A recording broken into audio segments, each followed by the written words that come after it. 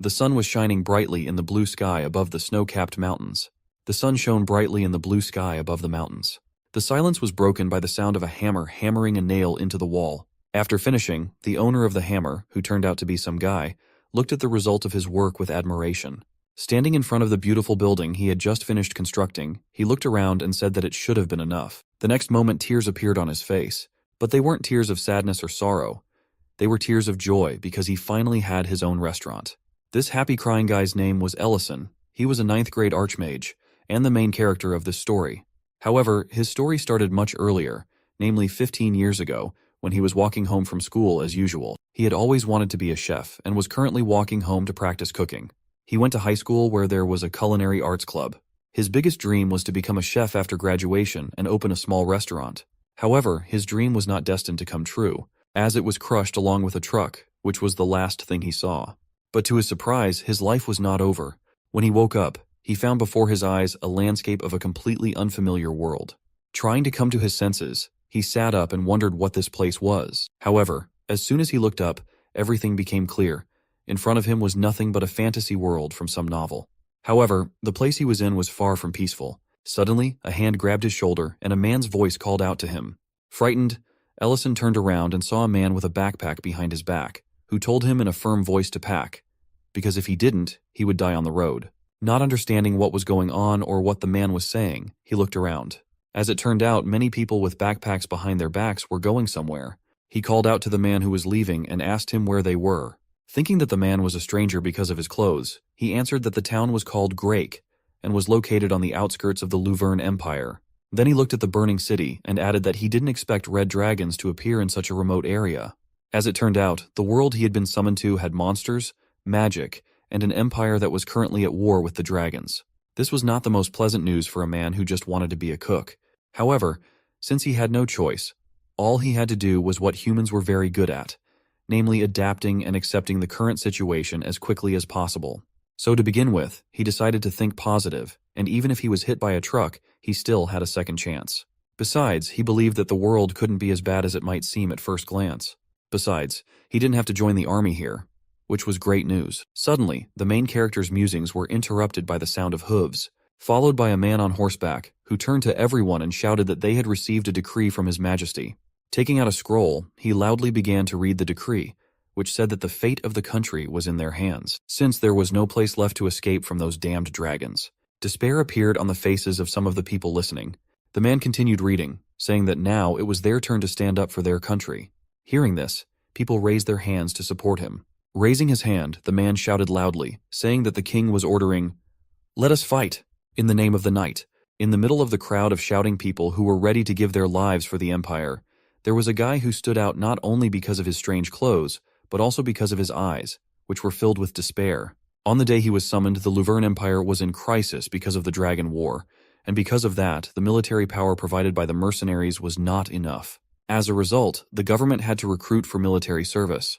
And regardless of status, all men between the ages of 17 and 45 were drafted into the ranks of the temporary knights. And our protagonist was no exception. And a moment later, before he had time to come to his senses, he stood with a sword in his hands at the entrance to the barracks, where he was now to live for the near future. After a while, they began drills, one of which taught them to shout loudly in the name of His Majesty the Emperor. While shouting loudly along with everyone else, he tearfully reflected to himself that it would have been years better to die by the truckload by now. That was how his service as a knight began. One day, one of the commanders suddenly approached him and showed him a piece of paper, informing the surprised protagonist that his magical potential was quite high. Because of this, when he leaves the training center, he will be enrolled in the Magic Corps. After a while, after receiving his portion of food, which didn't look very edible, especially for someone who wanted to become a chef, Ellison reflected that being an Archmage was better than fighting with a sword. As he tasted the food, he immediately grimaced in disgust, telling himself that he had never tasted anything worse. But the guys sitting next to him didn't think so, as they tasted the food and said that it was not bad. Their words struck the protagonist very much, because he could not believe that there was something worse than this, suggesting that the people of this world may simply have no taste. But seeing them devour such unpalatable food, it struck him. After all, if he opened a restaurant with delicious food here, it would surely be a success. And from that very moment, he decided for himself that no matter what, he would not miss his second chance and realize his dream. Even if it requires undergoing grueling training, or fighting the dragons that were just another obstacle to his dream. The war went on, and all the while, it was his dream that gave him strength, and the hope that he would be able to leave after 3 years of service. However, if he had known then that the war would last not far from 3 years, but 15, he wouldn't have been sure he'd have been able to keep fighting. Let's finish with the sad and return to the present time, in which there were no more wars, and there was peace. Walking by Ellison's restaurant, some woman looked at him and was surprised, because she couldn't remember seeing this store here before. But what surprised her even more was some guy standing outside the store crying. Seeing his tears, which kept flowing in streams, the woman concluded that he had probably gone through a really hard time. Approaching him, she asked if he was okay, to which our protagonist turned around and replied that he was, adding that he was just happy that he was finally able to open his own restaurant. Hearing this, she asked him if he was the owner of the restaurant, to which Ellison replied that he was. When she extended her hand, she said with a smile that her name was Rain. Shaking her hand, he replied that she could call him L. She added that he must have moved here recently, as she had not seen him here before. Rain replied that she was quite right. Rain also asked if he lived alone, to which he replied that he did not, adding that he lived with a friend he met at the service, who slept a lot, so he wouldn't wake up until the evening. At the same time, in one of the rooms, someone was sleeping sweetly on the bed. Turning to the main character, the woman said with a smile that since he was opening a restaurant, he probably needed a place where he could buy meat. He replied that he did, and he was just about to find out if there was a butcher store in town. When she heard that, she happily replied that her husband had a butcher shop, and then explained how he could find it. This was a great suggestion to Elle, and he replied that he would go there right away. Before he went, Rain warned him, saying that her husband had a bit of a tough temper, adding that if he was too tough, he could just tell her that she had sent him there. Elle thanked her and said he would, thinking to himself that she was a good person. He also thought about what kind of husband she was, if he had a wife like that. But as soon as he arrived at the butcher shop, he was met by a bearded man who looked at him with an annoyed and intimidating look and asked him why he had come here. Elle immediately turned pale from such pressure and lost all confidence. He trembled with fear, avoiding the man's intimidating gaze. Stammering said that he was the owner of the restaurant and wanted to order some meat from him, to which he immediately thumped his fist loudly on the table and replied that he did not sell. Then, when the protagonist asked him why, he said that he didn't sell, and that was the end of it. In a furious voice, he said that he had seen many people like him who bought meat from him at a cheap price and then sold it for twice as much. Elle continued to listen in silence to the irritated words of the man who continued to accuse him, thinking that he must have had a hard time if he was so angry. This probably would have gone on for a long time, but the next moment the man was stopped by a blow to his head, accompanied by a question about what he was carrying. Holding the frying pan in her hands, Rain said in a fierce voice that she had come because she knew this was what would happen. Then with a sigh, she apologized to Elle for the inconvenience, then asked what kind of meat he wanted. The man immediately began to resent her, talking about how hard it was for him to cut the meat. But the woman irritatedly told him to shut up, asking why he was blaming the guy for all of this. At the same time, the protagonist was watching from the sidelines and wanted to go home more than ever. After subduing her husband, Rain sent him to get some meat. She apologized again, adding that her husband had a bitter experience with betrayal when he was still a mercenary, which made him like that. Elle replied that it was fine, then asked if her husband was a mercenary. She answered that he was, then added that when she thought about it, he didn't seem very old. Then she asked him if he had been drafted. He replied that he had been through a lot of bad things in the last 15 years. When the man returned, he put a bag on the table with a clatter and then irritatedly shouted that it was the guy's meat.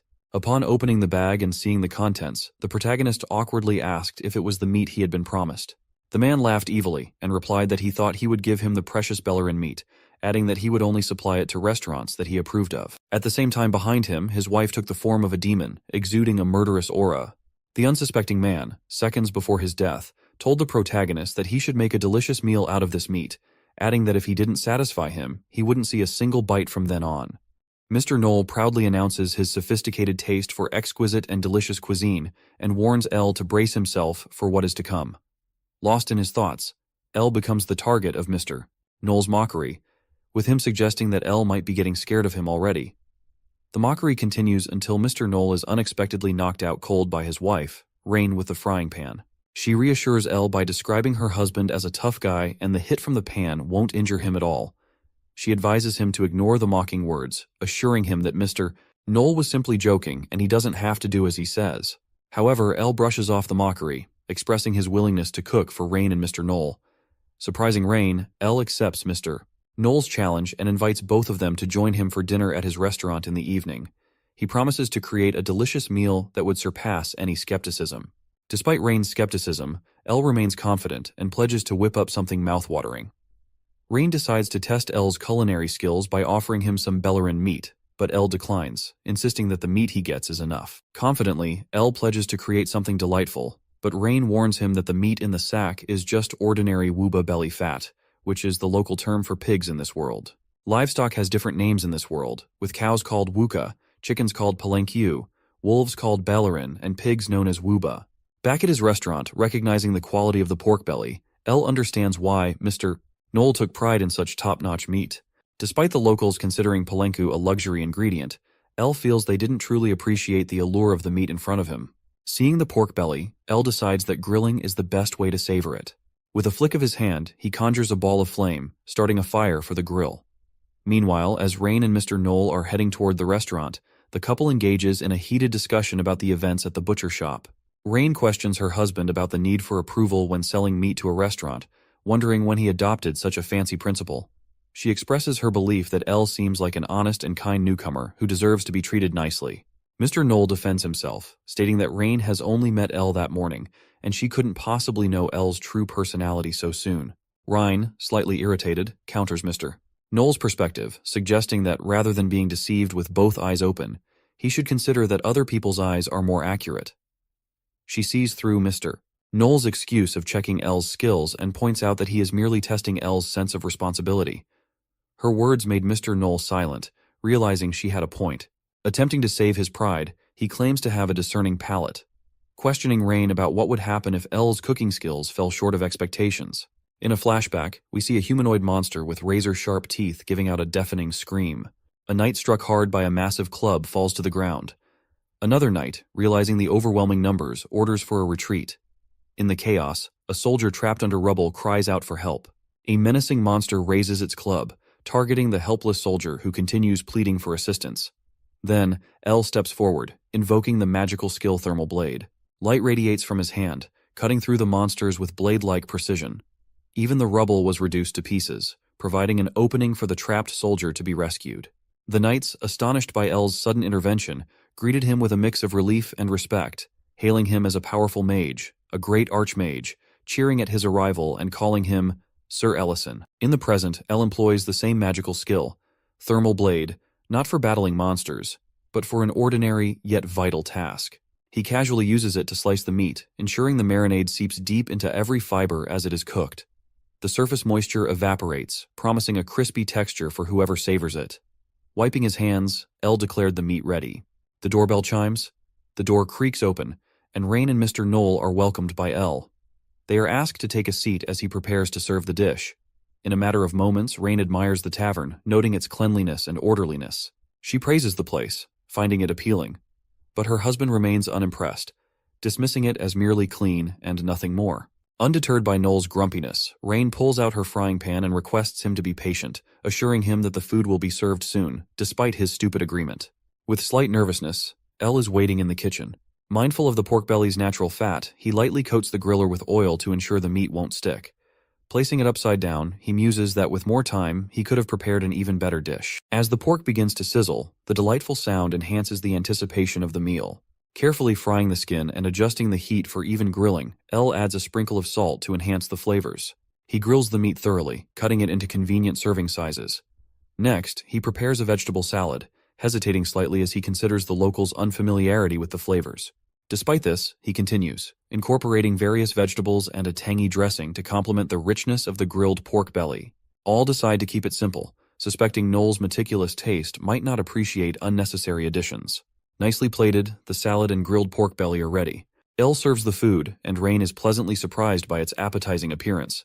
However, Knoll grumbles, dismissing it as mere appearance and nothing more. Rain, with her fork, samples a bite of the grilled pork belly. As the flavors unfolded in her mouth, she couldn't help but compare it to a taste of heaven. Surprised, she turns to Elle, questioning if it was genuinely wuba meat. Elle confidently affirms that it is indeed. Rain shares her experience, describing the grilled pork belly as delightfully crispy on the outside and bursting with juiciness within.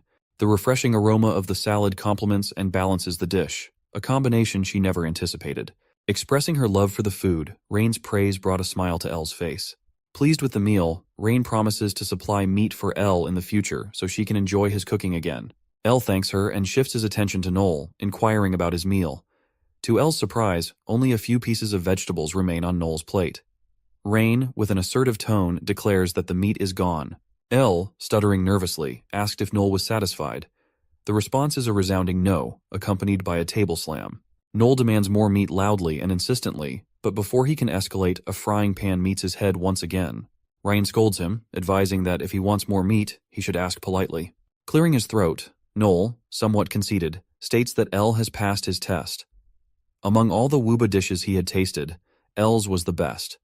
The contract is sealed, granting Elle access to the finest meat from the Laverne Empire for his shop.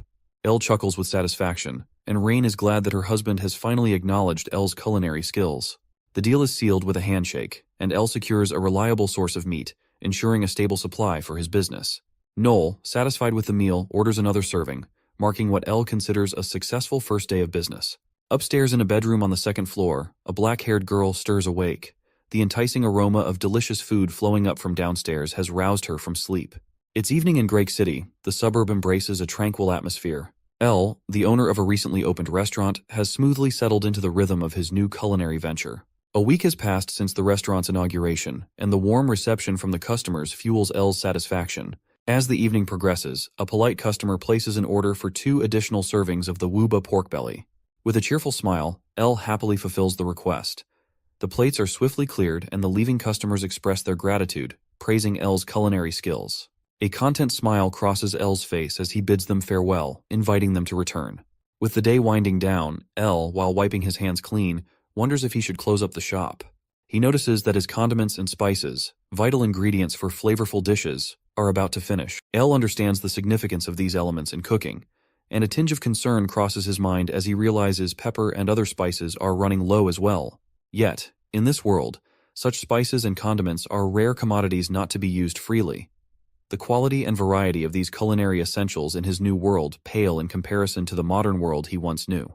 Restocking becomes a necessity for Elle, and he carefully picks up a gold coin, placing it at the center of a magical circle as he utters some magical words. Energy and light radiate from the magic circle, putting up a mysterious spectacle in the quiet corner of Great City. Tackling all his problems at once, Elle stumbles upon the magic of summoning from another world. This magical trick can fetch items from the world he originally came from, like the special spices and condiments he needs for his cooking. The summoning magic, when completed, would make these things appear out of thin air. Elle discovers the summoning magic quite by accident while trying to figure out a way to return to his world. Wiping his forehead after using the summoning magic, he points out that this magic has its rules, with limits on the size and quantity of things he can summon. Despite its limitations, the magic is a big help, but it couldn't take him back to his world. Elle feels guilty about taking things, even though he exchanges them for a gold coin. A quirk of the magic was that groceries, unless processed, would arrive spoiled. The summoning left Elle feeling weak, and he struggled to get used to that sensation. Even as an Archmage, he could only pull off this summoning trick once a day. While tidying up, Elle decides it is the perfect time to take a break, drinking a beer he summoned last time. However, when he opens his fridge, all he finds is an empty box, surprising him. Wondering where his beer went, he couldn't hold back his anger. His voice echoes up to the second floor, calling for Rurin, who is peacefully asleep with empty beer cans around her. She chuckles in her sleep, seemingly tickled by Elle in her dreams. A sudden cry pierces the tranquility as Rurin, rubbing her head, accuses Elle of hitting her for no reason. Holding an empty beer can with an annoyed expression, Elle counters her claim, explaining that she had consumed all the beer without asking and that he simply wants her to clean up after herself. Rurin retorts, asserting that Elle deserves it for not leaving her any food from the last time. Proudly declaring her dragon lineage, she claims that cleaning is beneath her, a task meant for lower beings. Elle's frustration reaches new heights, and he delivers another not-so-gentle tap to Rurin's head. He then instructs her to peel and organize the onions. Rurin, still teary-eyed from the earlier bump, insists on being a dragon and cries while tackling the onion-peeling task. As Elle observes Rurin, he reflects on her true nature as a dragon currently polymorphed into a human form. He had found her during the aftermath of the Dragon War when she became an orphan, losing her mother and home. Unable to leave her alone, Elle had extended a helping hand to Rurin, and they had been companions ever since. Despite Rurin's age of over a century, she remains a young dragon, perhaps explaining her occasional immaturity. Now, with tears streaming down her face from the onions, Elle sighs. He promises Rurin a delicious hamburger steak for dinner if she finishes peeling and puts an end to her complaints. Rurin's eyes sparkle with anticipation as she eagerly holds Elle to his promise. From the door swinging open, Elle's attention shifts from the kitchen to the entrance where Mr. Knoll walks in. Setting aside his kitchen duties, Elle greets him, who settles comfortably into his seat and promptly orders some alcohol and snacks. Relieved to see it was just Mr. Knoll, Elle assures him he'd whip up his order shortly.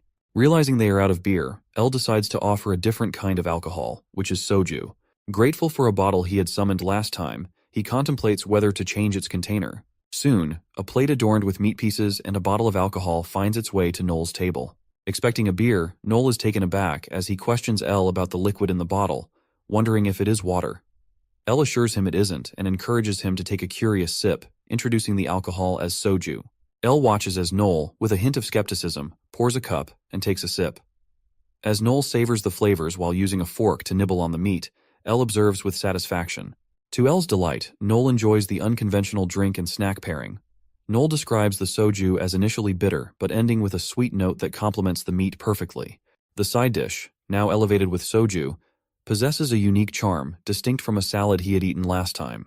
Impressed, Knoll acknowledges Elle's extraordinary cooking skills and expresses his admiration by requesting another bottle of alcohol. Elle gladly complies with Knoll's request for another round, but amidst the pleasant exchange, he can't help but notice a subtle change in his behavior. A thought crosses Elle's mind. Has something happened to Knoll? As time slips away at the table filled with empty alcohol bottles, Knoll signals for another round.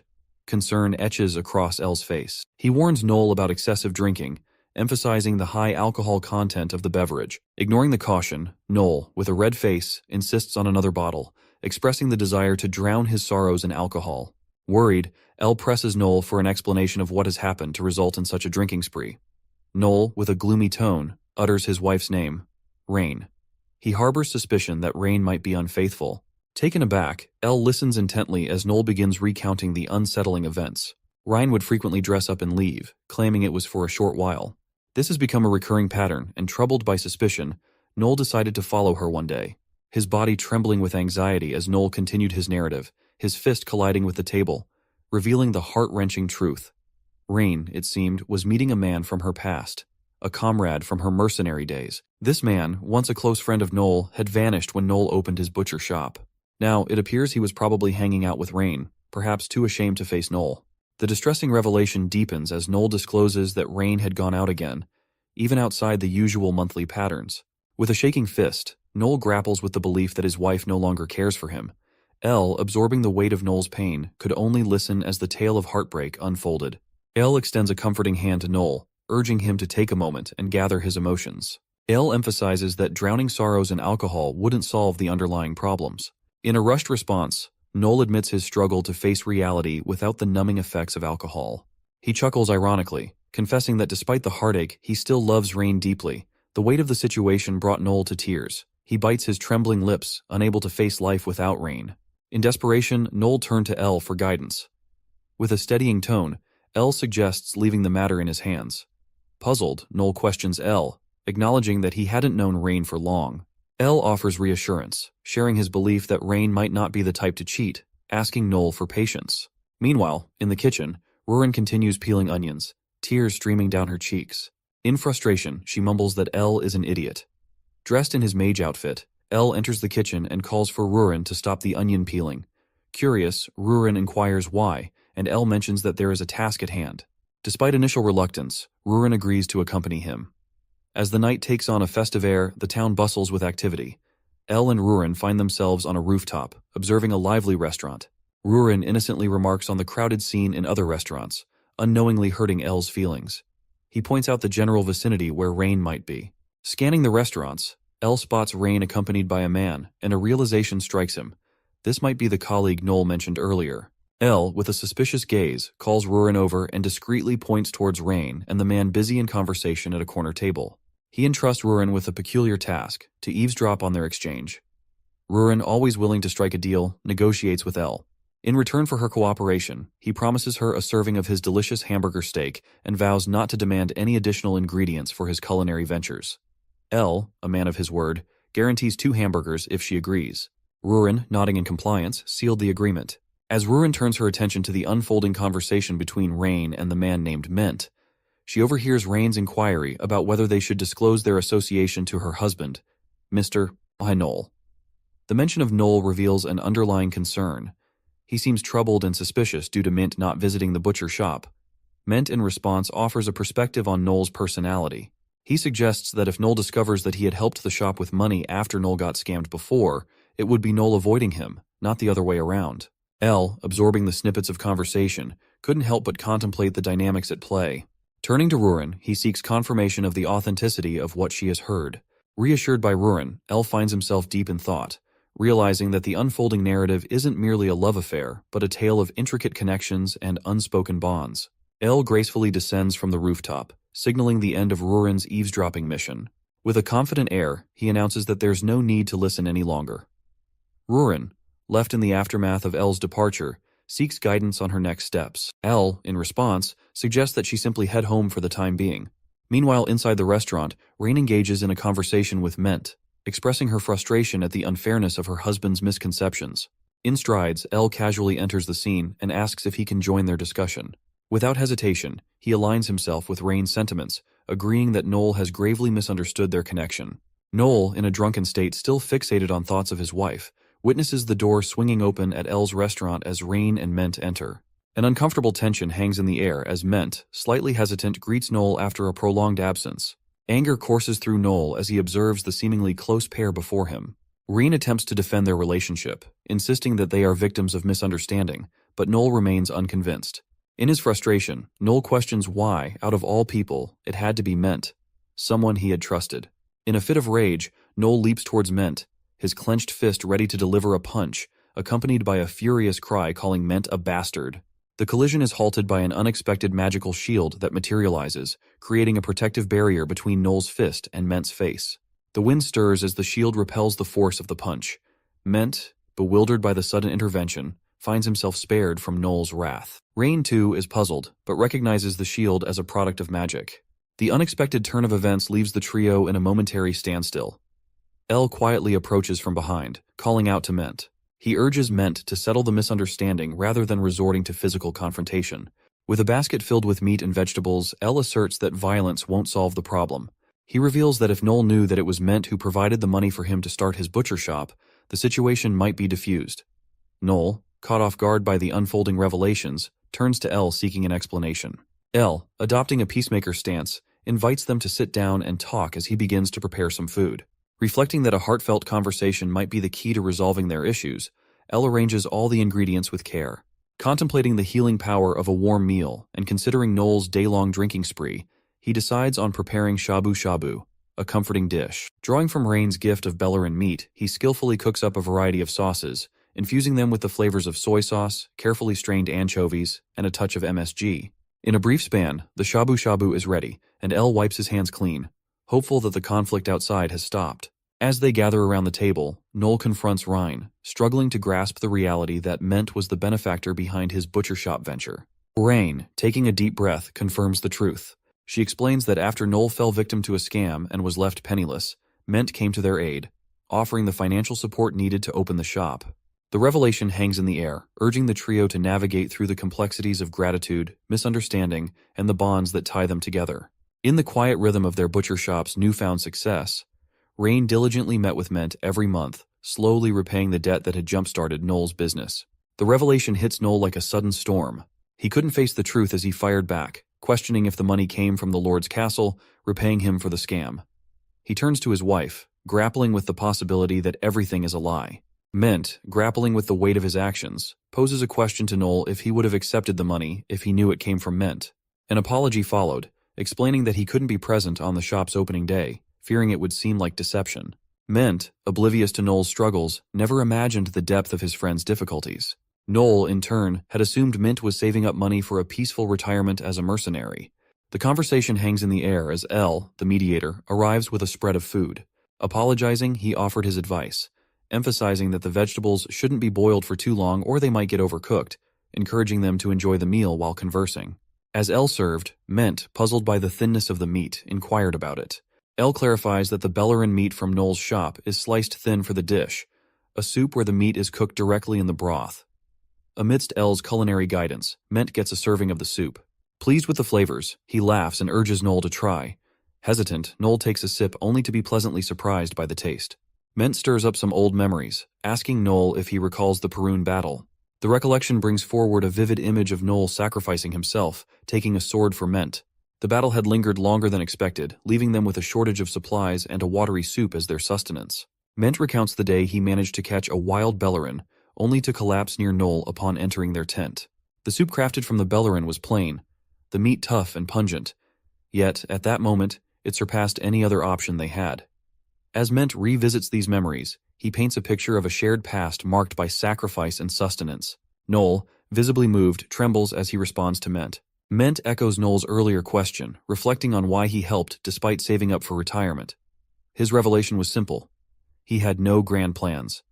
Helping his friend takes priority. Tears stream down Noel's face, hands shaking as he holds the soup bowl, apologizing with a stutter. L, witnessing this emotional exchange, expresses his satisfaction with the resolution. Ment, taking a sip of the soup, finds it heartwarming. In that shared bowl of soup, unspoken emotions are exchanged, and the wounds of misunderstanding begin to heal. In the background, Rurin interjects with a passionate outburst, pointing out to L the absolute nature of a promise to a dragon and criticizing him for not keeping his promise. L found himself in a perplexing situation, scratching his head. With a reassuring tone, he suggests that there is still time to whip up some hamburger steak for Rurin right away. However, Rurin, her patience wearing thin, points out that it was already late into the night. She questions how L could dismiss her request when all she wanted was for him to fulfill his part of the contract. Amidst this exchange, Ment comes to meet L in the kitchen. Swiftly, L covers Rurin's mouth to stop her protests and casually informs Ment that he hopes they enjoyed the food.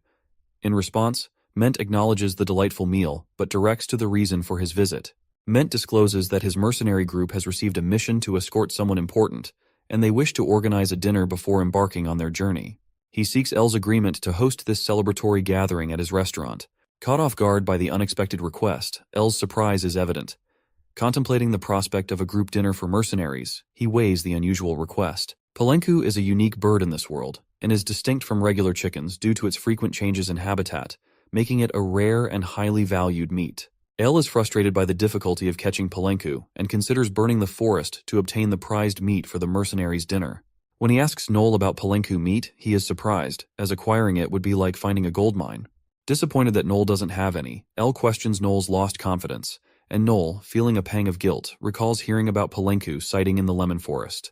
Driven by this lead, L heads to the lemon forest, but finds catching a Palenku to be a difficult task due to fatigue. Eventually, he gives up and delegates the task to Rurin, who agrees after securing a promise from L to wash the dishes. Rurin releases a powerful black aura to scare and then uses a dragon roar to strike a Palenku unconscious, earning L's gratitude. L humorously compares his fate to that of the Palenku, having already consumed a dragon's heart. He tasks Rurin with catching 15 more Palenku. Returning from their hunt, they find satisfaction in their successful expedition. Rurin, though irritable, enjoys a beer after work, making L caution against excessive drinking. As night falls, the restaurant fills with mercenaries who initially doubt the place's capacity. However, Ment confidently assures them of the exceptional taste. A sudden declaration from a young mercenary named Miltine catches everyone's attention as he claims to believe in the quality of the food. Miltine, confident in his recommendation, vouches for the restaurant based on Ment's endorsement. However, his colleagues were skeptical, knowing Miltine tended to praise everything Ment said. Miltine, annoyed by their doubt, laughs it off. Ment intervenes, urging them to stop chatting as the food is arriving. Shortly after, EL appears with the dishes, and Ment apologizes for the noise. Understanding it was a celebration, L welcomes them. Ment introduces Miltine, who expresses high expectations due to Ment's praises. L hopes the dish will live up to the expectations and serves them the dish. Miltine is shocked to learn it is Palenku, a beast even professional hunters struggled to catch. L, confused by Miltane's reaction, invites them to taste it. Amazed by the extraordinary flavor, they praise L's cooking and declare the restaurant the best. Miltane, enjoying the dish, is warned not to eat it all. L, happy with their response, promises to bring dishes to other tables, but faces a challenge due to the high number of customers. He reluctantly asks Rurin for help. Rurin, initially reluctant, faces L's frustration for her attitude. In an uncharacteristic tone, L mentions their plan to open a restaurant together after the war, recalling their initial agreement. Feeling a change in the atmosphere, L suggests Rurin return to her lair. Confused, Rurin agrees to help, changing her mind. With Rurin's assistance, Elle's workload lightens, ensuring a smoother operation. After completing the tasks, a tired Rurin receives praise from Elle, who invites her to join him for a meal and beer. While enjoying the palanku meat, Rurin compliments Elle's delicious cooking. Elle, surprised and pleased, notices that the restaurant is looking clean. When all the customers left, Rurin cleaned up the whole restaurant. Elle asks if Rurin has become a bit more mature. Rurin attributes it to the place being their restaurant, leaning her head on Elle's shoulder with a smile. Amid the peaceful atmosphere, Elle seizes the moment to take out the topic of forgetting their bet of cleaning the dishes for a month while capturing the elusive palanku. However, Rurin disagrees. Suddenly, Rurin's behavior changes as she notices a mysterious figure outside the restaurant, making her alert. Surprised by Rurin's sudden shift, Elle soon understands when he sees the person entering, the Black Dragon Elder, Metadonna. Metadonna expresses displeasure at visiting the human city, remarking that it always feels unpleasant. Elle recognizes the imposing dragon and inquires about his purpose for being there. Metadonna, not immediately answering, shares that Elle has been living quite comfortably with a dragon in this small place. Turning his attention to Rurin, he asks if she feels uncomfortable. Rurin assures that she didn't, leading Elle to ask if she was the reason for Metadonna's visit.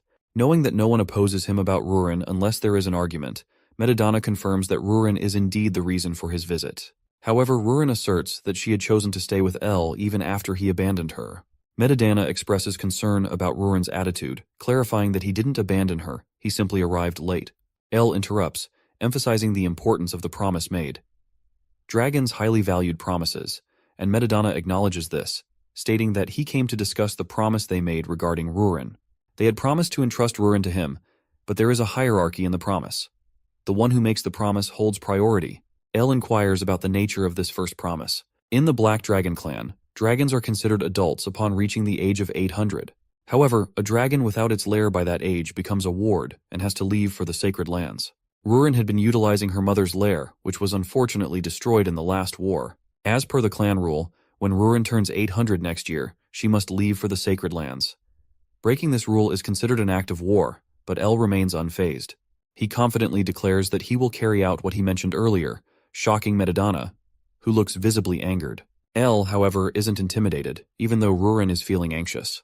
Rurin anxiously intervenes, preventing Elle from potentially starting a war. Despite her concerns, Elle seemed confused, as his intention was not to initiate a conflict. Instead, he clarifies that he meant to build a dragon lair. Metadonna, still puzzled, shows his anger at Elle's attitude. Although Elle had consumed a dragon's heart, he shouldn't be underestimating other dragons. Rurin stops Elle from escalating the situation, but Elle's true intention is revealed. Since they have 1 year before Rurin has to leave, Elle proposes building a dragon's lair within that time frame. He suggests that with enough time and resources, they can accumulate treasures and begin the construction.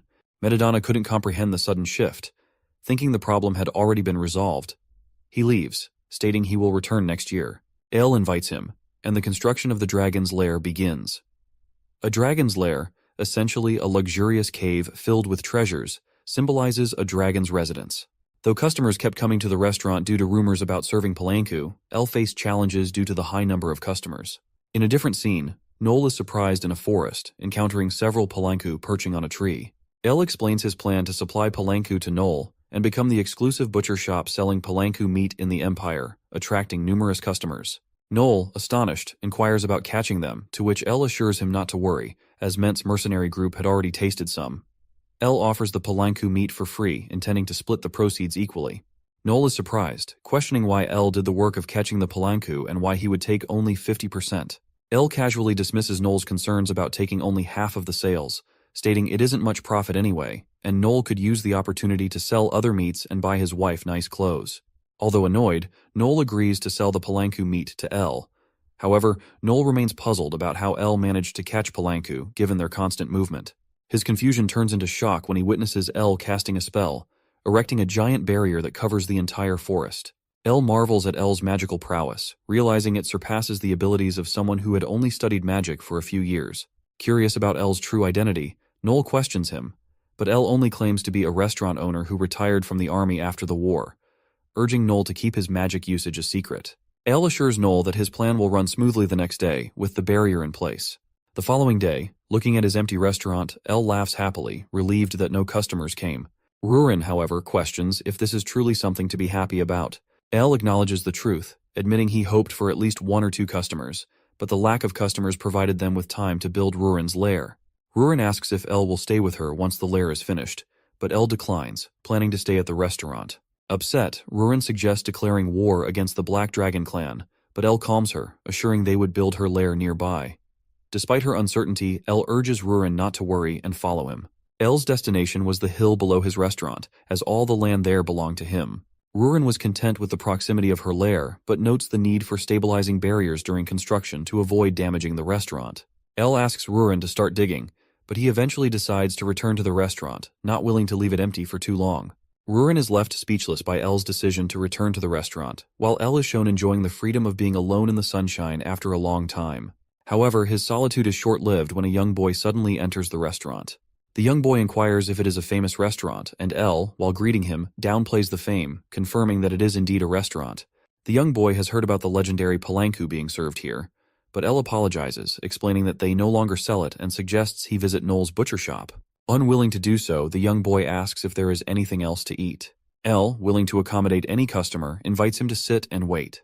Elle observes that the young boy seems like a noble boy, facing difficult circumstances.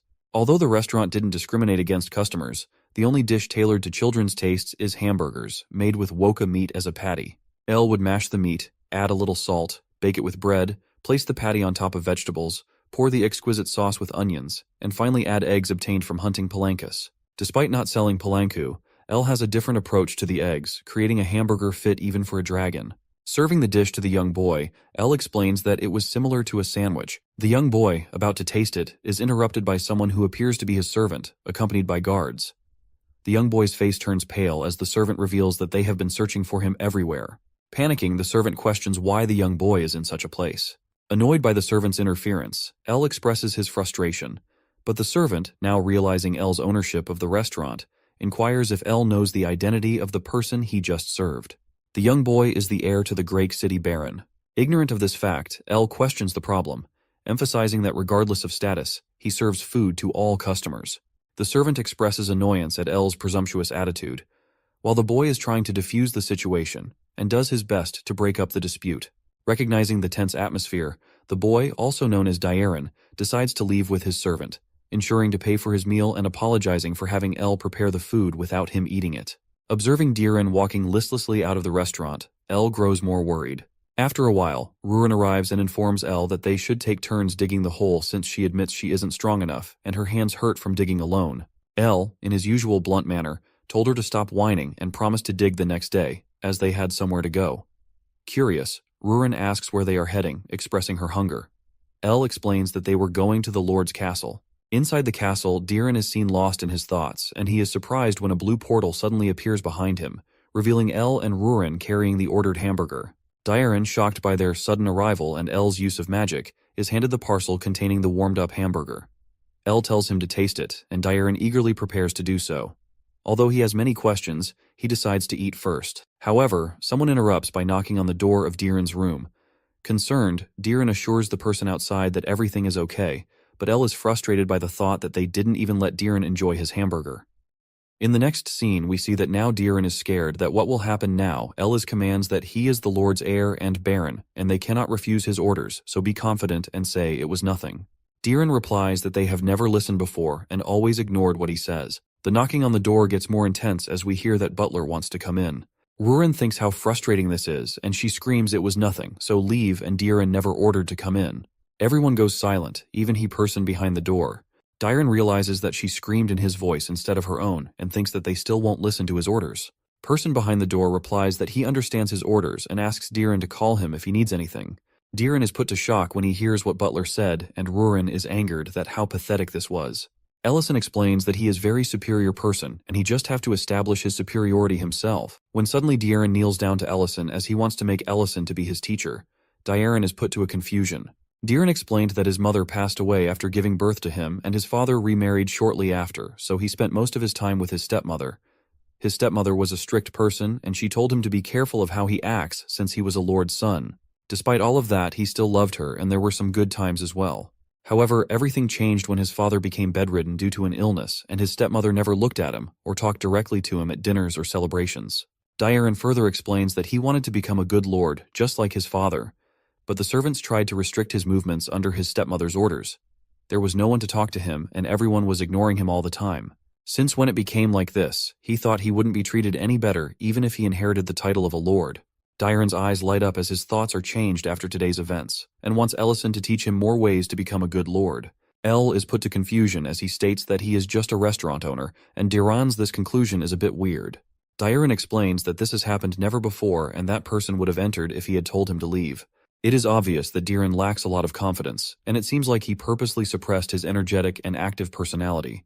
He tries to make him confident by explaining things like to look into the other's eyes when talking, and also explains that if he wants to be a good lord, the lord's position comes with taking responsibilities, and he should be able to take the responsibility of every word he says. El further explains that he doesn't mean that he should ignore other people's word and teaches him that he should listen to them and make sure to think about them before making a decision he truly believes in. If the decision is his favor, then all is well. If not, then accept it and take the responsibilities. In El's opinion, that's what makes a good lord. Diran is just confused and shocked that being a good lord is a big responsibility. Anyways, it's about time that they leave. So, Elsion asks Dairon to eat the food before it gets cold and wants Dairon to visit him in restaurant soon. Dairon states that he is feeling dreamy and takes a bit of his burger.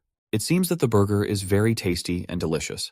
When suddenly he realizes that a good lord means a person who makes an effort to ensure that everyone can enjoy this type of food. And of course, better food is quals to better life. Finally, he understands the actual meaning of being a good lord. The scene changes to El and Rurin coming out of the portal in front of restaurant, where Ellison is hoping that Rurin doesn't take Dairon's words too seriously.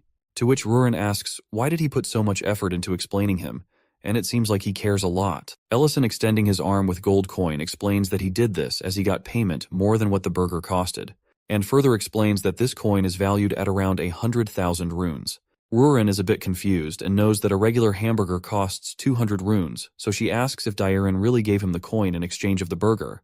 It turns out El did all this so it can fulfill the price because it's not a rip-off restaurant. Dairon has hands as big as a dragon, and Ellison hopes that he becomes a regular later on, but Rurin, opposing Ellison, expresses that she doesn't like this because she will have fewer hamburgers to eat. The scene changes to a forest located on the outskirts of Grake City where there is an oddly popular clinic. The doctor there is definitely skilled and even learned healing magic, but that isn't the reason for its popularity. The biggest reason why customers flock to this place far from downtown is that it is run by an elf named Elena. We see Mrs. Rain having a severe burn, and that gets completely healed in a blink of the eye with the help of magic. Elena expresses that she is glad that Rain arrived quickly, as if the burn was left untreated, scars may have formed, and the burn should be fine now.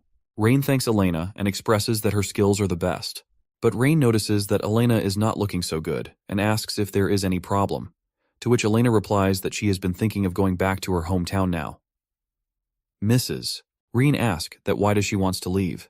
Elena expresses that she loves healing and helping people, so despite everyone's opposition, she came out. But the reality was different.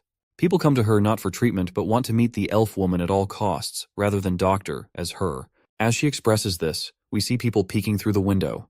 She further explains that not too long ago, a lady came to her and was furious, saying that she had seduced her husband. Elena was put to shock as she didn't ever do this. Elena further explains that she knows that not all humans are like that, and it's not that she doesn't like healing people, but it is getting difficult to her to hold it in and keep going. Rain asks that if she doesn't like her too, but Elena likes her. Rather, Rain has always treated her well, and that's why she put up with this without prejudice. Rains wants to confirm that if there were more things that Elena liked here, that she would still stay. But instead of replying, Elena is confused what to say. Rain explains that there is so many things she doesn't like about her husband either. For example, his snoring also, he is so naive, but there is something she likes more, like the fact he is dependable, looks out only for her, and does his best in everything he does. Rain also asks that if she said that it still feels good to treat people with Elena, replying yes. She recommends the restaurant that is located at the side of the hill and wants Elena to try eating there tonight. But Elena is not sure why Rain will recommend a restaurant. Rain tries to explain that the number of reasons for this place can keep increasing one by one. Scene changes to Creston with his nephew coming up to Ellison. Creston is not sure what El is doing here as he was going to the restaurant. El says he was also about to go to the restaurant as he was constructing the lair for too long and asks who is this person. Creston explains that he was his nephew, and he said that he had something to discuss. So Creston wanted to listen while eating some wooba meat and asks if there is anyone at the restaurant right now. El replies that Rurin should be there and asks what the matter is. Creston explains that there is a clinic run by an elf, and Rain has recommended Elle's restaurant to the doctor there, and Creston thinks that they should be there by now. Now Elle is hurried, and heads back to the restaurant with the boys. In the way Ellison expresses that an elf is unique, and states that elves don't come out of the forest and asks that they must be popular. To which, Creston in an annoyed manner replies that he heard that all the guys in the neighborhood run there even for a thorn pricking their finger, which is very pathetic. He further explains that seeing things like this makes him understand why elves hate humans. Ellison is not too sure about this statement as he thinks that there are some elves who aren't like that, and Creston shouldn't be prejudiced, and says that he admits that elves are a proud race. As he enters, he sees Elena on the ground kneeling down, saying that Rurin is a great being, and wants forgiveness for her rudeness. Rurin asks if Elena knows she was rude and will forgive her if she lives the rest of her life as her subordinate. Ellison is very angered with this treatment of his guests. Rurin, when she notices the presence of Ellison, says that she got herself an elf subordinate that she can use. Ellison screams in anger what she is doing to their customer as Creston and his nephew wait outside. We see Rurin lying down on the table when she notices a customer is here. Elena asks if this was the restaurant ran by Ellison. Rurin replies, yes, but Ellison isn't here right now, and realizes that Elena is an elf when Elena takes her cap off. As expectations to Rurin, all elves are beautiful, and Elena is one of them too. Elena, in a reply to the compliment, says that Rurin is beautiful too, and she looks younger than Elena herself. Rurin, with a big smile on her face, asks if Elena is saying that she looks younger to her, and explains that she might look young by the standards of her race, but she is not younger than Elena while letting her dragon aura come out of her body. Rurin is now in an angry form and screams that who Elena is talking to like that. Elena is put to a shock as she kneels down and says, sorry. This is when suddenly Ellison and others come in. Ellison see the customer down on her knees in front of Rurin, which makes Ellison very mad. We hear a loud bang from inside, and Rurin crying in pain. We see the door has opened, and Ellison invites Creston and his nephew inside as he asks for forgiveness, because there was a bit of commotion. In the next scene, we see a wound on Rurin's head, obviously made by Ellison hitting her, that made her cry. Elena realizes that Rurin is definitely a dragon, and if she was dreaming, this is because it's common knowledge known to everyone from children to the elderly to never go against a dragon. Dragons are a walking natural disaster, the strongest race, the pinnacle of life capable of annihilating a village on a whim. Elena grown up hearing countless legends about such dragons. Elena wonders who Ellison actually is as he treats a dragon like a child. We see Ellison scolding Rurin and commands her to dig out the cave. Elena is brought back to real world with Ellison coming up to her and apologizing about what happened. Ellison explains that he didn't expect such an incident to happen while he was away. But Elena is still a bit scared and asks if Ellison is a human or not. Ellison replies that he is a human and not a monster. It seems that Rurin didn't even try to hide her presence as a dragon. Ellison goes near to Elena's ear and explains that yes, Rurin is a dragon, and asks Elena if she can keep this a secret from others.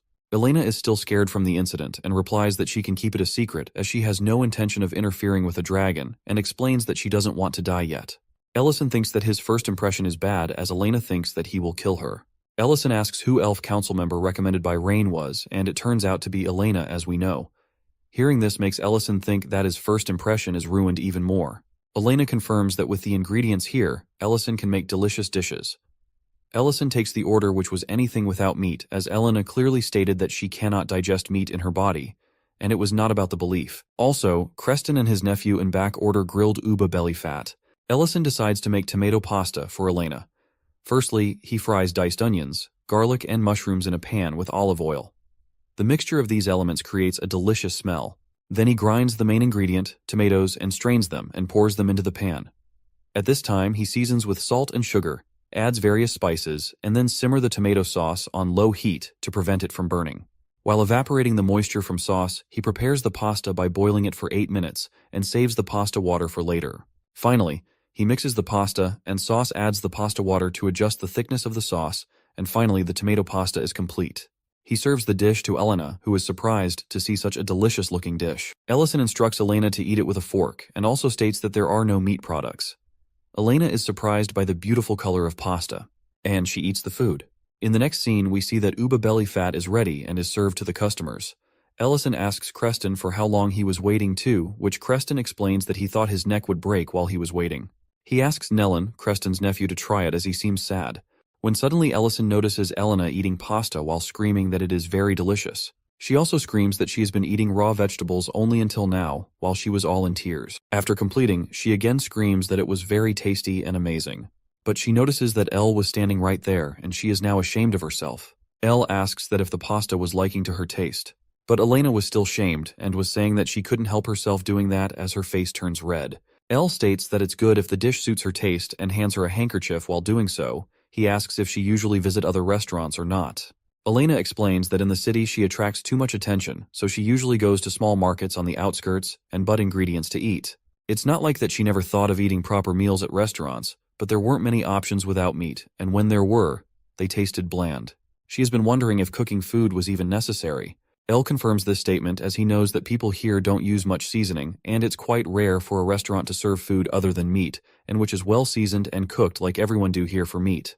She explains that coming here changed her perceptions and should thank Rain for suggesting this place. Elle is relieved as he thought his restaurant was going to receive bad rating because of what Rurin did to Elena. We hear a scream from behind when we see Creston standing up in shock. Neelan explains that he found out that her mother isn't her biological mother. The scene changes to a mine where we see an old lady searching for Nellen. She asks a person named Dylan that if he had any uba, to which he replies that he haven't seen them, and the night shift crew has already entered the mine. We see the cheering a bit and wonders if they even ate before working. Old lady asks if she can deliver the basket in her hand and come back, and she goes inside the mine. We are taken back to the restaurant where we see Creston asking where did they hear that story. Nellen, while crying, says that is not what's important and states that he was deceived for 20 whole years and explains that he couldn't focus on work and he even left the mine midway. It seems like Elle and Elena are eavesdropping on others' conversation, while they are also talking to each other that this is bad to do, but they are still doing it. Nellen explains that at this rate he doesn't think he can even go home. Creston opposes his claims and reminds Nellen how hard May raised him. He reminds that his father died early as a mercenary, and despite the hardship she worked day and night to feed Nellen well. He explains that doing all this for a child who is not even her biological child, and asks he is dumb enough to not be able to judge that himself, to which Nellen makes sure that he knows he was wrong. He explains that he was confused and left in a rush this morning. His mother reminds that he was leaving behind his lunchbox, to which Nellen in anger replies that he doesn't need it. Ma'am. Creston is very angered by this and lifts him up in the air by his collar, and reminds him that there are things he should and shouldn't say while calling him a brat. Everyone was scared and confused that what was happening. We see Creston ask what Rain meant by the mine collapsed and what happened to Mrs. May. It seems like Rain is not sure, but apparently Mrs.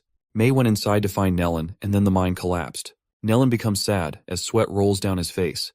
He starts running to get to mine as fast as possible. As Creston was also about to leave when Elena asks if she can also come. She explains that she is a doctor, and if a mine collapsed, then there would definitely be people who are injured. Ellison also states that he will also come. Ryan is not too sure with Elena's decision, but she remembers what she said earlier at her clinic. Ellison volunteers to take Elena to the mines. The scene changes, and we see the people trying to rescue the crowd inside when we see Nellen forcing the guards at the door to get out of his way, but guards refuse as they remind him of the dangerous mine that can collapse again. Ellison tries to calm Nellen down, and he ensures him that they will save Mrs. May. A guard refuses the idea of them going inside and explains they can't predict when the mine will collapse again, as it was an emergency situation. Elle explains that Elena is a doctor who has been taught healing magic, and there are probably a lot of people inside who can't move and need to be treated right away. Guards finally agree to let them go inside, and he begs to save the crowd stuck inside. We now see that they both have entered the mine, and Elena thanks Ellison for helping, but she didn't want Ellison to follow her inside the mine as it was too dangerous. As soon as they enter the first floor of the mine, some rocks fall on them. Elena tries to cover herself to minimize the damage, but Ellison just creates a shield to protect both of them. Elena is very amazed and wonders if Ellison was a mage, and Ellison replies that he was quite successful when he was younger, but is retired now. He also states that he is very curious why Elena decided to come here. Ellison states that he has heard that Elena owns a clinic in Drake City, and explains that he is telling this as one of his comrades used to be an elf too, and he doesn't think she is running that clinic just because she is an elf, and reminds that there were probably some times when humans behaved rudely to her. And yet she decided to enter a collapsing mine to save people and asks if here is a special reason to do so. Elena doesn't reply and quietly walks when they find that the road ahead is forked, which means it is divided into two. Ellison, knowing that they don't have enough time to search both of them, speaks out some spells, and 4 yellow orbs-like thing generate out of thin air. Elena is very shocked that he can do magic and even control spirit. Ellison explains that these spirit orbs will tell him if there are any survivors. In one of the tunnels, a spirit orb finds a miner who hurt his leg while the mine collapsed, and he thinks that he is hallucinating as he saw the orbs and also thinks that his end is near. But Elena and Ellison managed to make it in time, and Elena quickly started to help the miner. Fortunately, that injury is not a serious one, and she explains to the miner that he can heat out after a first aid treatment. Miner is very grateful to Elena. This was when Ellison told her that spirit orbs more people and they should get going. Elena was finishing the first aid up when more bunch of rocks fall on them, but fortunately Ellison was right there and saved them. Outside the mines, we see injured people flying out as they are treated and sent to safety with the help of Elle's magical powers. Inside, we see that Elena is now very tired. Elle asks if she can keep going, to which, fortunately, she replies yes, and they can keep going. They finally find Nellen's mother, and Elena, without hesitation, starts trying to treat her. Elena explains that Mrs. May is in very bad state and she will have to use stronger recovery spell on her, but she can't guarantee its results. She uses a big spell that spits out green flash and the scene is changed. We are taken to the temporary evacuation shelter, where we see Mrs. Rain sad and questioning that what did they do to receive these times, but Creston tries to calm her down and reminds her that the spell worked and it's not worry too much. We see that Mrs. May is badly injured around her eye and all her clothes are covered in dust. With tears in his eyes, Nellen is constantly waiting when she will wake up. Elle explains that there is no need to worry, and Elena treated her quickly using stronger spells so she's past a critical state. Elena further explains that she may have received a heavy blow to her head, but the treatment was a success and the injury near her eye isn't a serious one, and she will be able to live normally once the bandages are removed. Nellen opens that lid of the basket that was found in May's hands. It turns out that it is the lunch that he rudely refused in the morning. He regrets doing this. Suddenly Mrs. May wakes, and if the person standing near her was Nellen, everyone's mood quickly changes as Mrs. May is finally awake and conscious. Nellen bursts into tears as he approaches his mother and tells that her son is right there. Mrs. May, before her injuries, asks if Nellen was hurt while in tears. Nellen replies that he is fine, and he was so scared. What if the rude words he said in the morning became his last words to her? May is happy that her son called her mom again, as she also starts crying, and she apologizes for making Nellen worry, and states that it is a relief that Nellen was not inside the mines. Elena, after watching this scene, explains that actually she wanted to close the clinic and return to her hometown. She was disappointed in humans after experiencing a lot of terrible things here. That's when Mrs. Rain told her to try to increase the numbers of things she enjoys here. Perhaps it seems that she didn't try to find those things. She realizes that the lives of humans are much shorter compared to an elf's, but they express their emotions freely, and that is why people get easily disappointed and heartbroken. And she was one of them. But ironically, that was also the reason she started her clinic. She thinks that there are too many things she cherishes here that she can't just leave. She likes the honest emotions of humans, and now she also knows how delicious the food here is. While saying that she realized many things today, she started to feel dizzy and was about to fall when Elle caught her and saved her. Elena's face became red when Elle caught her in his hands. Elle says that it seems she exhausted herself and excuses as he uses a spell on her. Elena realizes that it is the elf's mana transfer spell. Ellison says that the elf friend he mentioned of earlier taught him this spell, and his name is Bendon. Elena, when realizes that Bendon is the hero of elves, she is just shocked. When leaving the mine, Elena asks Elle how does he knows the mana transfer spell, but Elle reminds that he already told that he used to be a famous mage. Meanwhile, on the hill beneath the restaurant, Rurin is still digging the tunnel, thinking about Elle, the scoundrel that always leaves her out. Rurin is annoyed by Elle and thinks how can he tell her to dig just because she can't use magic in front of other people, and that is not fair. She was just trying to get a subordinate to help with the restaurant when suddenly a stream of water bursts onto Rurin, drenching her in water. Rurin wonders what this was. Elle confirms that suddenly water came out of the ground, and Rurin wondered where it was coming from and dug and ended up getting water all over the place. Rurin replies positive and replies that is how she got water all over the place. Elle calms himself down and tries to be patient as he knows she doesn't mean to irritate him. Rurin says that she tried digging again and couldn't find it. Elle explains that there must be an underground water source nearby, and digging opened up a waterway. It seems that she dug pretty deeps, but even they use magic. Seeing it from here would be impossible. Elle asks Rurin if she remembers the last time when they talked about, and they need to cover the ceiling with a shield, to which Rurin again replies positive. After asking this, Elle uses some 8th class magic spell called Inferno to seal the ceiling. While he was using the spell, Rurin reminds him that he will have to control his power, if not he will fly off the hill. Elle creates a massive shield, but the water starts bursting inside the shield. He questions himself that Inferno hit the groundwater and is pushing up. He confirms that this definitely is hot spring water. Rurin, in an excited manner, asks Elle to do this again as she needs to clean herself up a bit while taking her clothes off. He tries to stop her from entering the hot water, but it was too late and she entered it already and burned herself. We see that they put a kettle on the stove while they figure this case. Elle reminds Rurin that she can't just oon into things like that, but she tries to defend herself by saying that how was she supposed to know it was hot? He apologizes that he should have told her and create another shield around the stream of water. Rurin wonders what he was doing with the shield and asks him. Elle explains that he wants to create a safe place where he can collect the clean water. He further explains that by pressing down on the ground with the shield, the dirt will naturally settle and create a space to collect clean water, and then he will remove the top of the shield. While explaining, he made a hot water bath in minutes. He throws Rurin saying, "Get in." Rurin, without realizing, starts screaming that the water is hot and she was going to get cooked, but she realizes that it was just a little bit warm. While taking clothes off, Elle explains that he cooled it down to not burn their bodies. Now Elle too enters the pool filled with warm water. He exclaims that the water feels good. Rurin asks Elle where did he go. Elle explains that the mine has collapsed and he went to save the people there. Rurin in anger asks with that female elf and becomes mad on him.